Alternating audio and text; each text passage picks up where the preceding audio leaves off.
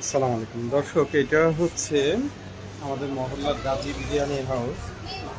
তো এখানে যে আইপিএস সেটআপটা দেখতে পাচ্ছেন, এই আইপিএসটার বয়স 2 বছরের উপরে, 2 বছর 2.5 বছরের মতো হবে। এনাদের দেখেন এখানে 2টা ব্যাটারি আছে। তো যারা এই যে ড্রাইসেল ব্যাটারিগুলা নিয়ে কথা বলেন অনেকে না জানে, তো এই ড্রাইসেল ব্যাটারিগুলো ছাড়া একবার চিন্তা করেন, এই একটা খাবার দোকানে যদি অ্যাসিড ব্যাটারি হতো, হ্যাঁ, এরকম একটা খাবার দোকানে যদি সেটা একদিকে যেমন এখানে রাখা পসিবল হতো না, আর দ্বিতীয়ত হইতেছে ব্যাটারিগুলা কিন্তু নোংরা করতো, খাবারের দোকানের পরিবেশটা কিন্তু নোংরা করতো।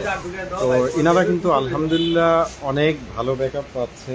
এই যেটা হচ্ছে শুধু এখানে না, আমি এটা আমার সামনে মহল্লা, আমার গলির সামনে পড়লো বিধায় আমি দেখাইতেছি। তো এরকম শত শত কাস্টমারের ঘরে আলহামদুলিল্লাহ ব্যাটারিগুলা সার্ভিস পাচ্ছে গত 3-4 বছর যাবত।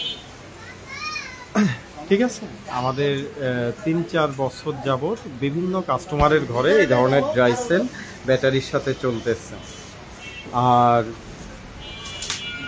এই ব্যাটারিগুলা অনেকে এটা সম্পর্কে জানে না, বুঝে না, যে কারণে মন্তব্য করে। আর এই ব্যাটারিগুলা চালানোর নিয়ম আমি বারবারই বলি, কিন্তু যে কোনো আইপিএসে কিন্তু এটা ব্যাটারিগুলা কানেকশন দিলেই হয় না।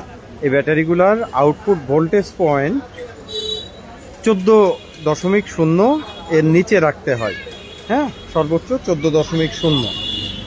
এটা মেনটেন করে চললে আলহামদুলিল্লাহ ইনশাল্লাহ আপনারাও বছরের পর বছর পানি ব্যাটারির থেকে অন্তত অনেক ভালো সার্ভিস পাবেন বলে এটা আমার দৃঢ় বিশ্বাস।